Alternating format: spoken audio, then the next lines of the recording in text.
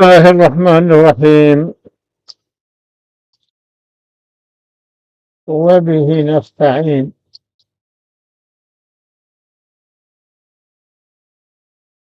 تخمیس او یک هلبستوان ذا هلبستکی دی دو مصراعات بگیره و سسی دان سر بکه پنج خشتگی جرته گوتن تخمیس.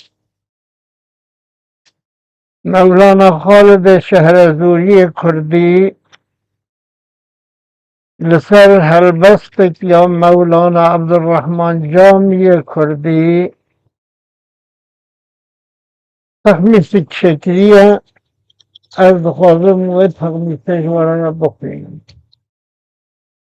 او تخمين مثل وزن فاعلات فاعلات فاعلات فاعلات عطية جرسهم در صورت و عالم جلوکری جلد رنگ وان مروبان جارینانهی بومتری پاسوبنگار حدوث بگمان هون جدری از هر سه ین مولانا خالدن خوینین یان بشری هون یقین به هم بری او همو تودا حجابن هون جبوان قصری او یا مولانا عبدالرحمن جابر ولد بشكل دلبر زانم دلالی ما سوال بون حجاب هر توی در یا خودی پل هنت هر تشکباب بس توی نور حقیقت او جهان تبدا سراب نوری به شکل و خیال اذهبون هم دل و آب لطفکی خاموش و جدایی بند پرده یکسری ذهنم آبو گوتن دائم ببیجین خوبیه تا یک تربه سنینم ام ببیجین رندیه او دبت صافی جبونا شرح بکن به خوشتیه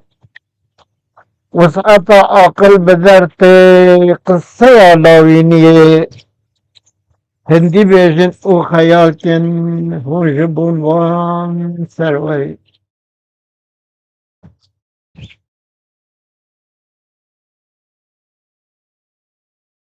لو همو ذرات عالم مظهر نابت گوتنن هشمند بیجن تأثیر آگاوین تاید هر دو دنیادا چنینن ذره یک شبه پاید نو تو صورت جین نتوارن او ببن مینات پاید گردوان در ظاهری اما قیدا جی دل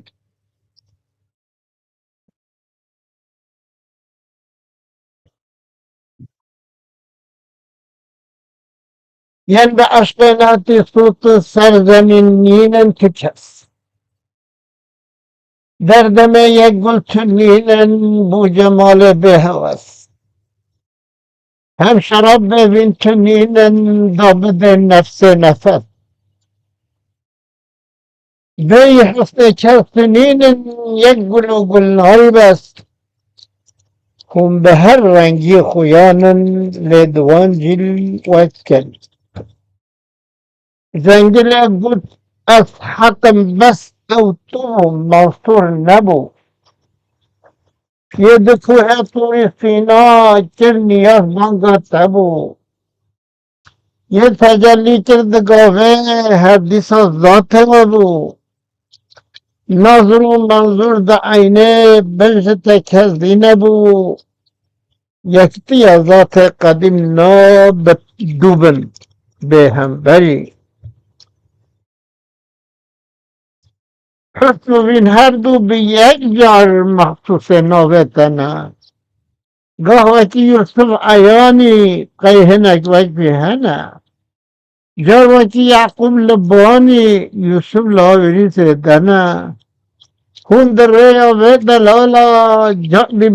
جار بجاری برزنه لی بله وجه عاشق جار دی بحسن پرورد خالدو سنگه ده بهی راستی بسواتی آمنه هوتا بی اهل حقیقت بوتا گوتن دجمنه ما بدن ينفاط في الله لو رصد أو بيتنا يقرا بيجرهن نهنيرين وغيطاين واتمنا أجزانا أفرز يومنا بهموني ديت قبولي أم غاز دايمنا ما ملا جامل كما هلجري أو بيبري ما ملا جامل كما هلجري أو بيبري